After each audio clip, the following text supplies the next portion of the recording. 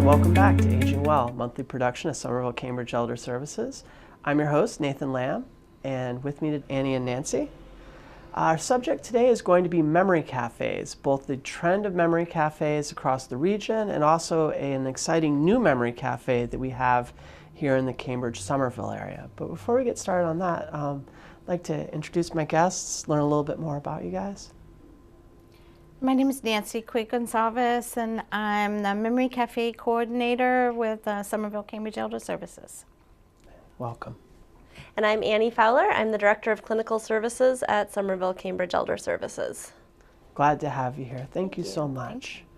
So I learned about memory cafes about 6 months ago, and I thought it was really interesting, but I'm guessing there's probably a lot of folks out there who still aren't familiar. So I thought maybe discussing the basic premise of memory cafes might be a good place to start.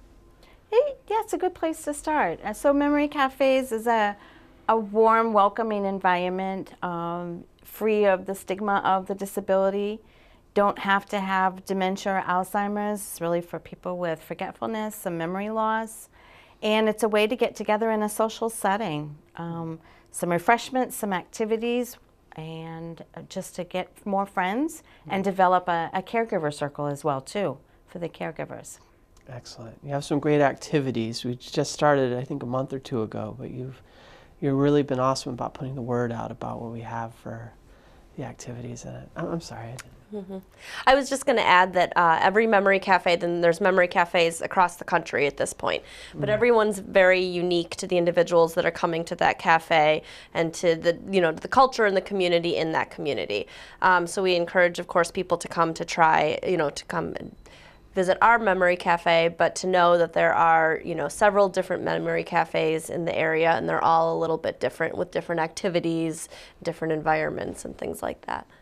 Absolutely. Absolutely. I mean, some meet at libraries, some meet at museums, some meet in senior centers, some meet in restaurants or coffee shops. So it's really unique to the communities. Yeah. Absolutely. And you mentioned social event, social interaction. It sounds like that's the overarching theme here. Can you tell me a little bit about that sort of focus, why that seems to be key to the concept? Well, I mean, it helps people feel comfortable, and it kind of normalizes the whatever level of stage that they might be in of dementia or Alzheimer's, but it also gives them an opportunity to just have everyday conversations. It can be about something that they enjoy, something that they didn't like about their trip over, or what they read in the newspaper or on the news. And so it's an opportunity for other people to get involved with each other that may not have normally come across each other.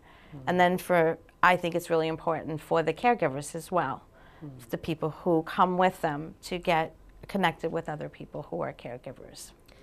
A lot of times when someone is starting to experience some kind of memory loss, they may tend to start to isolate because they know something is going on and they're uncomfortable with it. And likewise, their caregivers might start to isolate as well. It might be hard to go to a restaurant if someone's experienced memory loss and maybe having some behavioral symptoms along with it. So this is an environment that is very welcoming to anyone. Whether they're a care partner or an individual with memory loss, and we make sure that the activities and the conversation and the space that they're in is comfortable for people to kind of help to avoid some of that isolation that may happen. Wow, that's excellent. And it's interesting, when we had our dementia conference a few months back, I got a quick history of memory cafes.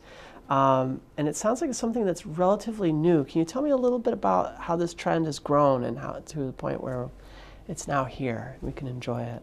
Well, I mean, it may be fairly new in the state of Massachusetts, but it originally started in 1997 in England, so it's 20 plus years.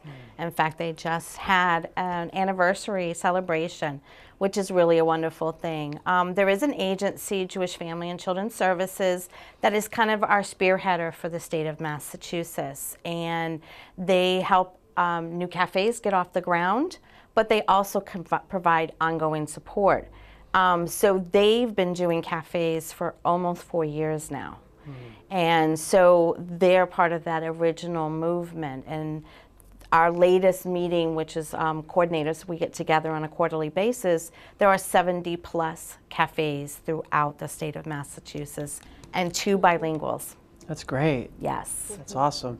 And speaking of cafes and surrounding cafes, Somerville-Cambridge Elder Services, happy to recently announce that we're adding one in Cambridge, the Cambridge Connections Cafe. And that's actually not the first one in Cambridge. You have some firsthand knowledge of that. Yeah, so the first one started last year in 2016 in East Cambridge on Gore Street, and it's been going for about a year and a half now. Like we said earlier, every group is different, and so some groups are very large and some groups are very small, and that group is very small, and they like it that way. They all look for each other each month, and we've provided a wide range of activities. But I'm really excited about the new opportunity on the other side of Cambridge to other Cambridge residences and during the week. So I think it's really a great expansion of the Memory Cafe projects. Oh, that's fantastic. Yeah. And we should add too that that individuals don't have to be a Cambridge resident. They can certainly be a Somerville resident or from sort of outside the Somerville and Cambridge area. That's excellent. And one thing I heard about in these discussions I thought was kind of interesting was there's sort of a collaborative spirit. When SCES was starting the new Memory Cafe, we checked in with the current one, the one that existed before, and to make sure that it wasn't conflicting. Sort of like they try to harmonize so that if you are looking for that social experience, they don't all fall on that same day of the month. You can sort of rotate a bit. So I thought that was a pretty interesting detail. Yeah, JF&CS keeps a nice calendar of all of the memory cafes statewide. So that was one of the first things that we looked at to make sure that we wouldn't be conflicting with another cafe in case people wanted to go to multiple. And there are people that do go to multiple, cafes around their community.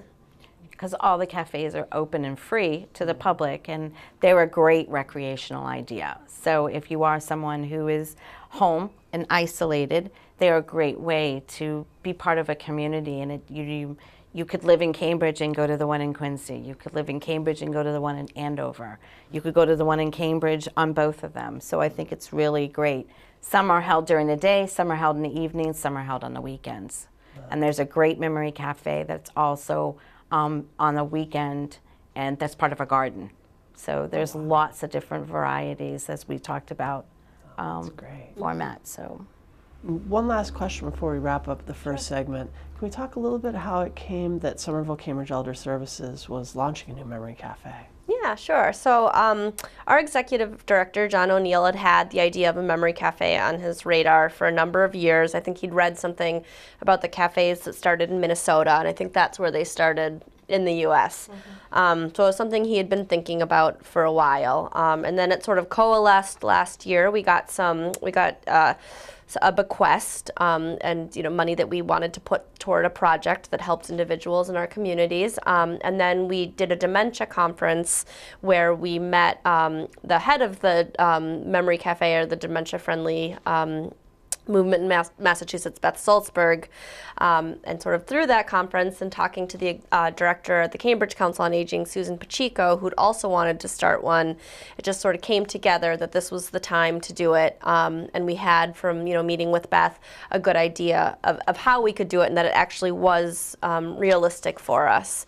Around that time, too, we started meeting with a group of local memory cafe coordinators, Nancy being one of them, and realized that Nancy could help us coordinate this cafe as well. So that sort of came together.